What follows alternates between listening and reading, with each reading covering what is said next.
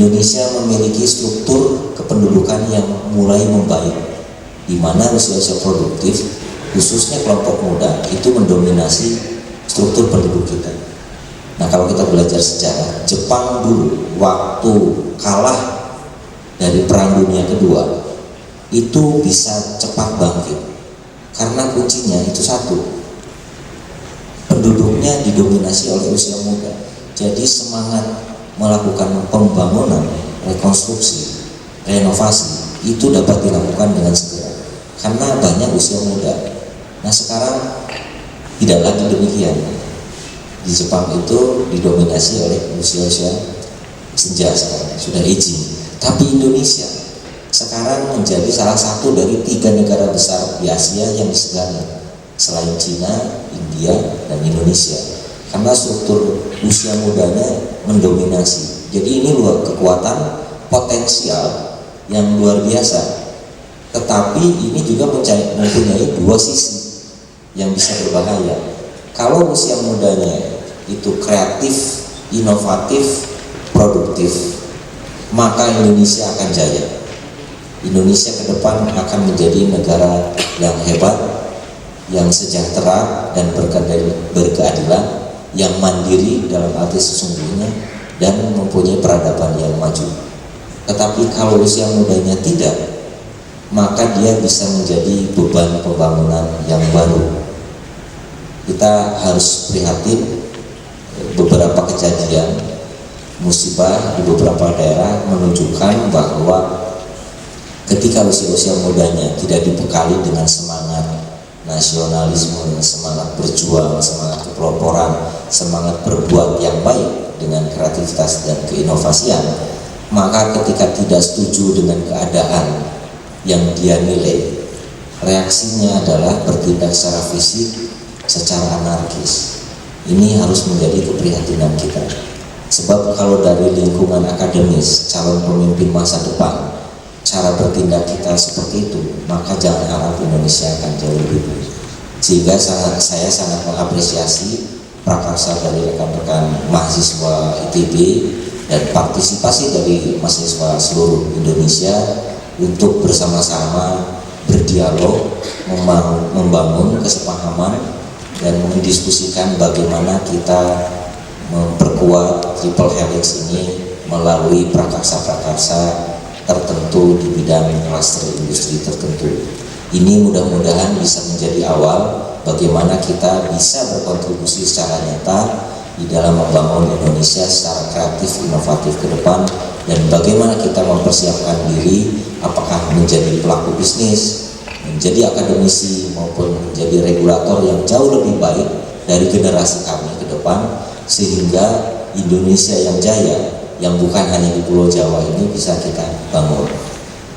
Tadi saya diberi pesan untuk menyampaikan bagaimana cara kita melakukan dialog. Dialog ini kita akan bangun dalam kesejajaran triple helix, di dalam diskusi-diskusi tematik melalui 5 tema yang akan dibagi menurut pengelompokan dari panitia.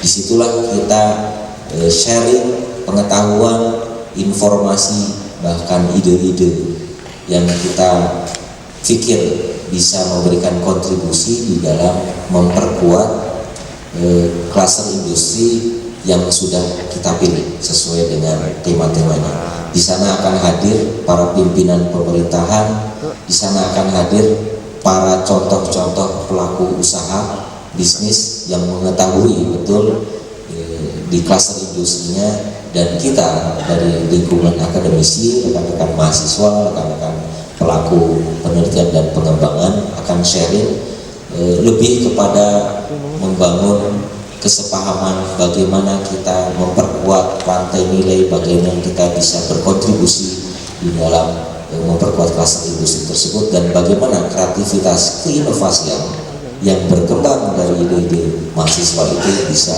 dikontribusikan ke depan. Metaplan adalah merupakan salah satu cara kita berdialog dengan menggunakan kartu. Saya kira nanti di dalam mengawali sesi-sesi ini para rekan-rekan fasilitator dari BPPT, saya mohon sebentar berdiri teman-teman BPPT. di belakang. Nah, saya sengaja membawa sekitar 11 orang ya sebetulnya totalnya. 11 orang ini tentu saja tidak semudah rekan-rekan mahasiswa, tapi sengaja saya bawa, dan itu dari mulai S1, S2, S3 semuanya ada. Sebagian besar juga alumni dari ITB. Kenapa? Karena kami dari Badan Pengkajian dan Penerapan Teknologi merespon secara sungguh-sungguh ide dari teman-teman mahasiswa ini, dan kita ingin mengajak rekan-rekan semua, para pemuda, para mahasiswa ini menjadi bagian dari gerakan kita memperkuat, meningkatkan kreativitas keinovasian di Indonesia. Nah, saya sangat berharap ini menjadi sebuah awal dari gerakan bagaimana kita menggalang sama-sama semua para pemuda dan mahasiswa ini mendorong kreativitas keinovasian di Indonesia. Salah satu yang sedang kita dorong dari BPPT dan bersama mitra-mitra yang lain adalah menggalang jaringan relawan-relawan muda Indonesia berinovasi. Harapan kita terus saja rekan-rekan mahasiswa ini dengan semua semangat, dengan semua kreativitas keinovasiannya, dengan semua keberaniannya, tetapi dengan kesantunannya ini dapat mewujudkan langkah-langkah kontribusi yang nyata untuk ikut serta memecahkan persoalan-persoalan yang dihadapi oleh masyarakat. Jadi tidak lagi berwacana, tapi seperti yang disampaikan oleh Presiden kita, tetapi kita berbuat. Bagaimana kita menjadi bagian dari solusi, bukan menjadi bagian dari masalah, tapi betul-betul menjadi solusi pemecahan persoalan di masyarakat sesuai dengan peran dan kemampuan kita masing-masing. Insya Allah BPPT akan selalu mendukung di dalam upaya rekan-rekan semua menjadi calon-calon pelopor, inovator, kreator di Indonesia. Antara lain kita siap untuk membimbing rekan-rekan semua melalui forum-forum peningkatan kapasitas, membangun forum-forum untuk sharing informasi, pengetahuan dan pengalaman, serta menyalurkan bagaimana agar teman-teman mahasiswa di Indonesia bisa berkontribusi di dalam upaya membangun daerahnya masing-masing. Saya kira itu yang ingin saya sampaikan. Nanti rekan-rekan fasilitator akan menjelaskan lebih detail bagaimana format dari diskusi partisipatif melalui metaplan yang ada di setiap kelompok selanjutnya.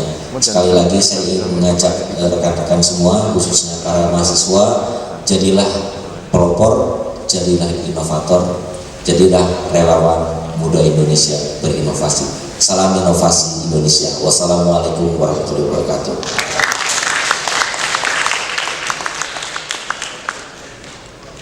Sebelumnya untuk dari sudah disampaikan bahwa